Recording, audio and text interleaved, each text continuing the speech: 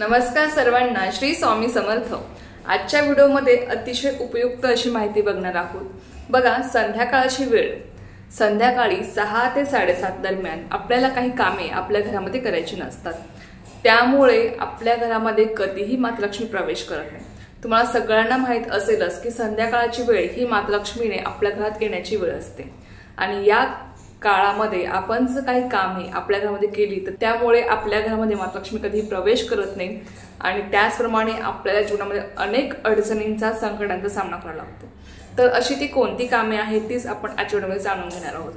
बघा, कळत नकळत आपल्याकडनं या चुका होतात, पण जर आपल्याला याबद्दल माहिती असेल तर आवर्जून आपण या चुका टाळतो आणि त्यामुळे आपल्या जीवनात येणारे जे काही संकटे आहेत, आर्थिक टंचाई असेल, आर्थिक समस्या असेल किंवा कुठल्याही प्रकारची समस्या ही आपण टाळू शकतो। विष्णू पुराणानुसार असं म्हटलं जातं की मातालक्ष्मी आपल्या घराच्या उंबरठ्यावर दिवसभरामध्ये 7 वेळेस उभी असते, पण काही कारणामुळे ती आपल्या घरी प्रवेश करत नाही। जसं की बघा, आपल्या घरामध्ये काही ना काही आरडाओरडा चालू असतो किंवा आपल्या घरामध्ये अस्वच्छता असेल किंवा कुठल्याही प्रकारचं भांडणे सुरू असतील।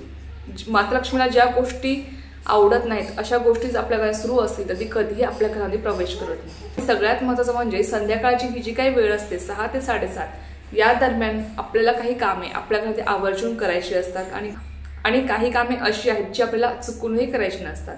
तर त्यात सगळ्यात आधी येते म्हणजे संध्याकाळच्या वेळेस तुम्हाला चुकून सुद्धा झाडू मारायचा नसतो। सूर्यास्त झाल्यानंतर आपल्या घरी झाडू मारायचा नसतो, लक्षात घ्या। सूर्यास्त झाल्यानंतर आपल्या घरामध्ये जी महिला झाडू मारते त्या महिलेच्या घरात कधीही मातालक्ष्मी टिकत नाही, तिथे कधीही ती अखंड वास करत नाही। बघा, झाडू मारण्याची एक विशिष्ट वेळ आहे।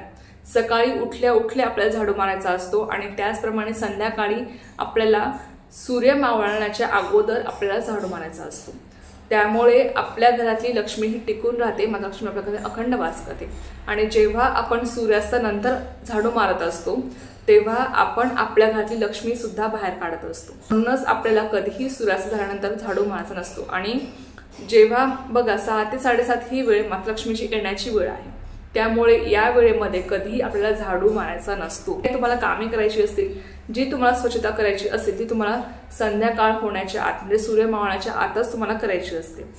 आणि सूर्य मावळल्याच्या नंतर आपल्या घराला कचरा कधीही आपल्याला बाहेर फेकायचा नसतो, कारण की आपल्या घरातले प्रत्येक गोष्टीमध्ये मातालक्ष्मीचा एक सूक्ष्म वास असतो। त्यामुळे कुठल्याही प्रकारचा कचरा असो किंवा झाडू मारणं असो या गोष्टी आपल्याला संध्याकाळनंतर करायच्या नसतात। तर ही एक गोष्ट आहे जी आपल्याला आवर्जून पाळायची आहे। त्यानंतर बघा, दुसरी महत्त्वाची गोष्ट अशी येते बघा की संध्याकाळच्या वेळेस दिवाबत्ती करताना, आता दिवाबत्ती सगळ्यांच्याच घरी होते, फक्त अशा काही विशिष्ट महिला आहेत ज्या वर्किंग आहेत, ज्यांना संध्याकाळच्या वेळेस जमत नाही किंवा त्या घरी नसतात त्या वेळेमध्ये, तर त्यांच्या घरामध्ये होत नसेल। पण ज्या महिला गृहिणी आहेत त्यांनी आवर्जून संध्याकाळच्या वेळेस दिवाबत्ती करावी। आपल्याला आपल्या देवघरात दिवा लावायचा असतो, त्यानंतर आपल्याला आपल्या घराच्या मुख्य दरवाजावर उंबरठ्यावर आपल्याला दिवा लावायचा असतो। जर तुम्हाला शक्य असेल शुद्ध गायीच्या तुपाचा दिवा लावण्यात अवश्य लावण्याचा प्रयत्न करा। त्यानंतर आपल्याला तुळशी मातेजवळ दिवा लावायचा असतो। तुळशी मातेजवळ सुद्धा तुम्हाला जर शुद्ध गायीच्या तुपाचा दिवा लावणं शक्य असेल तुम्ही लावू शकता, जर नसेल शक्य तर कुठल्याही तेलाचा तुम्ही दिवा लावू शकता, काहीच हरकत नाही। फक्त आपला भाव आणि आपली श्रद्धा खूप जास्त महत्त्वाची असते। यामुळे मातालक्ष्मी आपल्याला प्रसन्न होत असते। तुळशी माता ही सुद्धा लक्ष्मी मातेचं स्वरूप आहे, ती सुद्धा लक्ष्मी मातेचं रूप आहे। तुम्ही जर रोज तुळशी मातेची पूजा केली ना तर तुम्हाला जीवनामध्ये कधीच कुठल्या संकटाचा सामना करावा लागत नाही किंवा तुमच्या घरामध्ये कधीही दरिद्री येत नाही। लक्षात घ्या, तुळस ही आपल्या घरामध्ये असलीच पाहिजे आणि तुळशी मातेची रोज पूजा आपल्याकडनं झालीच पाहिजे। तुळशी मातेला आपल्याला रोज जल अर्पण करायचं असतं। जी घरातली स्त्री आहे, कुलस्त्री, तिने रोज सकाळी उठल्यावर सुशीलभूत झाल्यावर आपल्याला सगळ्यात आधी सूर्याला अर्घ्य दिल्यावर तुम्हाला तुळशी मातेला जल अर्पण करायचं असतं। हळद कुंकू अक्षता व्हायच्या असतात आणि त्याचप्रमाणे संध्याकाळी सुद्धा तुम्हाला तुळशी मातेला दिवा लावून तुम्हाला हळद कुंकू अक्षता तुळशी मातेला अर्पण करायचे असतात। तर ही गोष्ट न चुकता आपल्याला रोज सगळ्यांना करायची असते। फक्त रविवारी आणि एकादशीच्या दिवशी आपल्याला फक्त तुळशी मातेला जल अर्पण करायचं नसतं, लक्षात घ्या, कारण की त्या दिवशी तिचा निर्जला उपवास असतो। बघा, आपण सगळ्या स्त्रिया संध्याकाळच्या वेळेस दिवाबत्ती करतो आणि त्या अगोदर आपण लक्ष्मी मातेचं स्वागत करत असतो। त्यासाठी आपण आपली स्वतःची पण तयारी करत असतो, केस विंचरणं वगैरे तर या ज्या काही गोष्टी आहेत त्या तुम्हाला सूर्यास्तानंतर करायच्या नसतात। जसं मी तुम्हाला सांगितलं की आपल्याला झाडू वगैरे किंवा कुठलाही कचरा आपल्याला सूर्यास्तानंतर बाहेर फेकायचा नसतो, त्याचप्रमाणे कुठल्याही स्त्रीने संध्याकाळनंतर आपला साज शृंगार करायचा असतो, की जसं की केस विंचरणं असो किंवा कुठल्याही गोष्टी असतो त्या तुम्हाला संध्याकाळनंतर करायच्या नसतात। त्यामुळे सुद्धा मातृलक्ष्मी आपल्यामध्ये कधीही प्रवेश करत नाही। तुम्हाला जे काही आवरायचं असेल स्वतःचं केस विंचरणं वगैरे असो ते तुम्हाला सूर्यास्ताच्या आधीच करायचं आहे। हा जेव्हा एखादी विशिष्ट वेळ असते, लग्न समारंभ असेल किंवा कुठेही तुम्हाला जायचं असेल बाहेर, तर तुम्ही त्यावेळेस ती गोष्ट वेगळी आहे, पण इतर वेळेस कधीही आपल्यामध्ये रोज सूर्यास्तानंतर आपल्याला केस विंचरायचे नसतात किंवा कुठल्याही प्रकारचा कचरा आपल्याला बाहेर काढायचा नसतो। त्यानंतर बघा, संध्याकाळी आपल्याला आपल्या घरामध्ये कुठल्याही प्रकारची रडकी सिरियल असो किंवा कुठल्याही प्रकारचा मूवी असो हे आपल्याला लावायचं नाही, किंवा कुठल्याही प्रकारचे भांडणं आपल्या घरी होणार नाही त्याची काळजी पण आपल्याला घ्यायची असते। कारण की ही वेळ मातालक्ष्मीची येण्याची वेळ असते आणि मातालक्ष्मी जिथे शांतता आहे, जिथे स्वच्छता आहे, जिथलं वातावरण प्रसन्न आहे, फक्त त्याच घरामध्ये ती प्रवेश करत असते। त्यामुळे आपल्या घरामध्ये कुठल्याही प्रकारची सिरियल वगैरे किंवा मूवी असो किंवा कुठले आपल्या घरी भांडणे होणार नाही संध्याकाळच्या टायमाला। या गोष्टी ज्या काही त्या आपल्याला पाळायच्या आहेत, या चुका आपल्याला करायच्या आहेत। याऐवजी तुम्ही संध्याकाळी तुम्हाला श्री सूक्त लावून द्यायचं असतं। तुम्हाला श्री सूक्ताचं पठण करणं शक्य असेल, दिवाबत्ती करून झाली की एक वेळेस श्री सूक्त म्हणा, एक वेळेस तुम्हाला कालभैरवाष्टक म्हणायचं असतं। कालभैरवाष्टक सुद्धा ज्या घरामध्ये रोज म्हटलं जातं त्या घरामध्ये कधीच संकट येत नाही, लक्षात घ्या।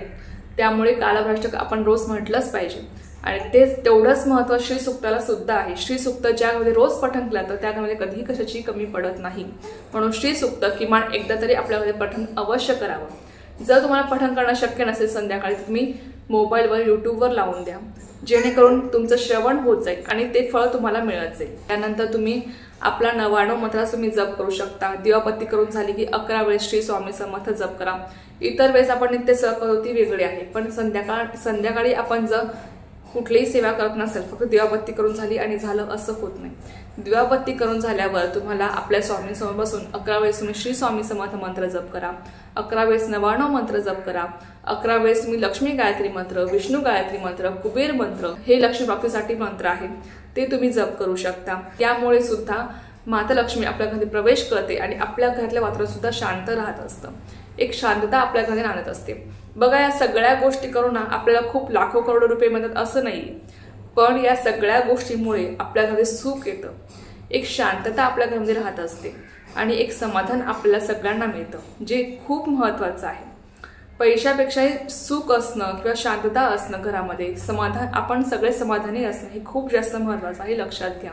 आणि ज्या घरामधल्या व्यक्ती समाधानी असतात, ज्या घरामध्ये शांतता असते, फक्त मातृलक्ष्मी त्याच घरामध्ये अखंड वासतात आणि त्या घरामध्ये कधीही कशाची कमी राहत नाही। तर या ज्या काही गोष्टी आहेत ज्या आपल्याला पाळायच्या असतात संध्याकाळच्या वेळेस, आणि खरंच चुकूनही आपल्यामध्ये कधी भांडणे करू नका किंवा कुठल्याही प्रकारच्या अशा रडक्या सिरियल्स मूवी वगैरे तुम्हाला लावायचे नसतात। आणि त्याचप्रमाणे कुठल्याही प्रकारची स्वच्छता, तुम्हाला स्वच्छता करायची असेल ना, तुम्हाला ती संध्याकाळ होण्याच्या आतच करायची आहे।